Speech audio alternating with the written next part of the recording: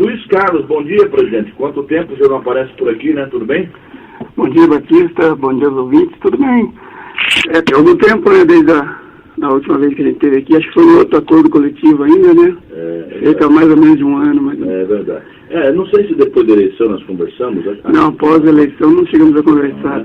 Você conversou mais com o André, que estava na comissão eleitoral, né? Exatamente. Ele ajudou a organizar o evento, a eleição, né?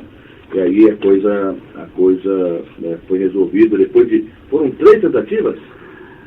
Exatamente. A primeira teve uma chapa única, né? E o candidato da época perdeu por ele mesmo, que gerou algumas piadas aqui. Ironia minha, inclusive. Ironia, inclusive. Que até hoje incomoda o rapaz, né? Quando alguém lembra dessa ironia das tartarugas, ele ainda se sente incomodado. Mas não pode, nem ficar tranquilo.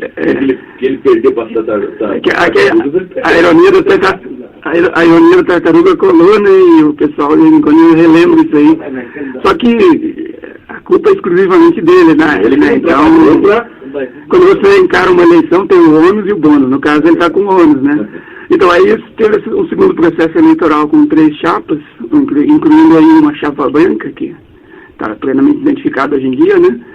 E teve a infelicidade de 2 pessoas não filiadas conseguirem votar, o que também já é complicado para quem votou, né? Já estava querendo inviabilizar o processo. Num terceiro momento, nós fizemos uma eleição que se reuniu 2 chapas, aí não tinha nenhuma chapa branca, porque ela já foi excluída no segundo processo, né? E foi identificada e eliminada no segundo processo.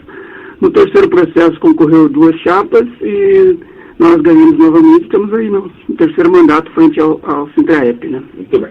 Eu vou fazer um bloquinho comercial bem rapidinho. Você já tomou café? Vai pegar um cafezinho ali, vamos tomar um café. E depois vou conversar com o Luiz Carlos dos Santos sobre o sindicato, as reivindicações, essa questão toda de database, essa mudança de governo, né? Nós não falamos ainda sobre isso, enfim. Presidente, Sindicato dos Trabalhadores das Empresas Públicas Municipais de Toledo, Sintraep, o Misael está te ouvindo, viu? Não pôde vir aqui, mas está te ouvindo. Aqui tem algumas reivindicações. Quando é que começa? Já começou a conversa ou vai começar daqui uns dias, visando aí qual o mês da database? Então, nós temos um acordo coletivo 2012-2013 que encerra-se agora no final de fevereiro, né? Tá. Então, já estamos articulando as pautas para o novo acordo 2013-2014, que começa em março e vai até fevereiro do ano que vem. Então, dia 25, nós fizemos uma assembleia para coletar as pautas, né?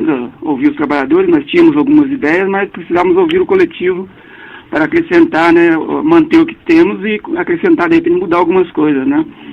Foi montada uma comissão de negociação, que é composta por 3 pessoas, que é o Silvio, o Fabiano e eu. Nós fazemos parte dessa comissão que vamos negociar esse acordo coletivo. Então, dia 25, nós ouvimos os trabalhadores e, dessa reunião, coletamos várias pautas que serão formatadas num documento, protocolado na empresa e inicia-se o processo negocial, né? Tá certo. Vocês tiveram uma reunião agora dia 25 agora, sexta-feira. Sexta-feira. Você falou 25... 5h30 da tarde. Exatamente, eu avisei aqui, tá. Dentro das reivindicações, isso que está aqui, que você acabou me apresentando aqui, são 16 itens, isso. Mais ou menos não, é isso aqui, né? 16 Ganho real de 15%, né? Sim. Cláusula que garanta pagamento do salário no último dia útil do mês, liberação dos créditos do Vale Alimentação no último dia útil do mês, extinção do abono por assiduidade com sua transformação em Vale Alimentação, Vale Alimentação de R$250, quinquênio de 7%, salário mínimo regional, que nenhum trabalhador receba menos que o grupo 2 da tabela do salário regional do Paraná, garantia de que a empresa seguirá calendário oficial de feriados e pontos facultativos, pagamento da primeira parcela do 13º até o dia 20 de junho, fornecimento de refeições para trabalhadores dos cemitérios e rodoviária, continua essa confusão ainda, 40 horas semanais para o setor operacional, fornecimento de uniformes a cada 3 meses, criação de uma comissão composta por membros do sindicato e da empresa com o objetivo de revisar o plano de cargos e salários, Vale Cultura, adicional de penosidade e ainda o auxílio creche. Bom, absolutamente certeza que o governo não vai aceitar tudo isso, até porque não sei se tem caixa para isso.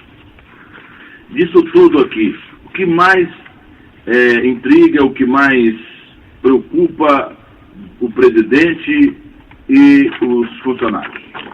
O que mais precisa ser feito urgentemente, na sua opinião? Na minha opinião, urgentemente, nós precisamos de duas ou três coisas aqui do item que são fundamentais. Começando pelo ganho real. Sim. 15% nós estamos pedindo porque há uma política implantada na empresa de apenas conceder o INPC, o que na nossa visão é equivocado, isso é uma forma equivocada de tratar as coisas. E há um compromisso escrito entre o Beto Luniti, quando candidato, com o sindicato, de implantar uma política de valorização salarial, né? Consta no termo de compromisso assinado conosco, foi assinado em 4 de setembro, e aliás ele foi o primeiro candidato dos dois a assinar os itens nossos do termo de compromisso. Então, há esse item da política de valorização salarial, né? Porque a empresa meramente tem praticado o INPC da infração, né, do período burocrático, e isso tem desvalorizado os salários pagos, né? Se você comparar com a valorização que o mínimo tem recebido ano após ano, né? Não estamos dispostos a aceitar a alegação de que a empresa não tem caixa para bancar um ganho real, porque em 2010 a empresa aplicou o INPC burocrático de 4,77 e concedeu 2 ganhos reais, o primeiro de 6% e depois mais 3, que deu 9%, fora a infração. Então, seguindo essa lógica, se em 2010... de 13,5% mais. Seguindo essa lógica, se em 2010 foi possível dar 9% de ganhos reais, por que em 2013 não seria possível, né? Será que a empresa quebrou tanto de lá para cá financeiramente que não poderia conceder? Então nós estamos apresentando 15% como uma pauta reivindicatória. Nós estamos abertos ao diálogo para negociar esse valor, desde que venha realmente um ganho real, né? Uma outra questão aqui fundamental é essa questão do vale alimentação, que hoje está em R$160, 160 hoje, mas já há 3 anos com 160, 3 acordos coletivos. Seguindo a mesma linha anterior, há uma defasagem clara aí, né? Não tem sido reajustado, aliás, não tem sido aplicado nem a inflação na atualização dos valores, né? Enquanto isso, a cesta básica tem tido aumentos significativos. Em Toledo já tem passado de 20% nos aumentos da cesta básica, né? Enquanto isso, a cesta básica está valorizando e o nosso abono está desvalorizando. Aliás, o abono é para ser extinto, transformado em vale alimentação, sem as regras que hoje engessam a categoria, né? Hoje, por exemplo, se você pegar 2 dias de atestado, você já perde 100% do vale alimentação correspondente, né? O que é uma perca muito grande se você levar em consideração que os salários estão defasados, porque a gente volta naquele item anterior da desvalorização salarial. Basta um atestado? 2 atestados. Um atestado você ainda recebe o valor, né? Mas se você pegar mais de um dia de atestado, você já perde o valor, o que na nossa visão é uma injustiça. Aliás, se você atrasar 10 minutos hoje, se você seguir a risca a cláusula do abono salarial, 10 minutos de atraso sem justificativa, você já perde 100%. Um dia que você atrasar 10 minutos, você já perde o direito ao vale alimentação, que hoje é chamado de abono por assiduidade, né? Então a nossa ideia é extinguir essas regras ridículas que engessam, né, a categoria, extinguir e transformar em vale alimentação, que 100% da categoria receba. Aí se você faltar, é coisa da tua consciência, você vai ter o seu dia descontado, é outra questão. Mas que 100% receba o vale alimentação, como incentivo aos trabalhos, etc., como reconhecimento, inclusive. Então estamos solicitando R$250, que é o valor hoje em média da cesta básica em Toledo, que é R$250 em média, segundo as pesquisas que usam metodologia do DIESE, está circulando em média R$250. Então é o mínimo, né, você receber um vale alimentação que supra essa necessidade hoje da cesta básica via DIESE, pela metodologia do DIESE. Outra questão, seguindo nas pautas fundamentais, a revisão do plano de cargos e salários, porque ele foi implantado na época como uma necessidade reivindicada pelo sindicato. Sempre que eu posso, eu deixo claro que é uma ideia do sindicato, para não ter outros padrinhos da criança, porque sempre tem, né? Então é uma ideia nossa, mas a nossa ideia inicial era que o plano de cargos e salários viesse para valorizar, né? Ele foi implantado na época como uma necessidade de revisão dos salários da construção civil da Enduro, que havia um protesto na época, inclusive, que foi até noticiado na rádio, né? Teve uma paralisação, inclusive, na época relacionada à construção civil. Então a empresa implantou emergencialmente o plano de cargos e salário para fazer essa correção. Mas ao mesmo tempo que corrigiu o salário da construção civil, você trouxe outras injustiças, como por exemplo, uma avaliação a cada 2 anos, você ter 1,5% apenas a cada 2 anos. Você passará por um processo de avaliação a cada 2 anos, se você passar nesse processo, você vai ter 1,5%, o que na nossa visão é um percentual ridículo, levando em consideração que são 2 anos que você está ali sendo avaliado constantemente, etc. Então nós precisamos revisar esse plano de cargos e salários para corrigir distorções como essas, e como, por exemplo, o congelamento salarial de algumas categorias, como os vigias, por exemplo, que foram jogados na categoria dos menores salários da empresa. Zeladoras alcançaram os vigias, serventes alcançaram e passaram os vigias, e nós ficamos estáticos, né? Os vigias ficaram estáticos.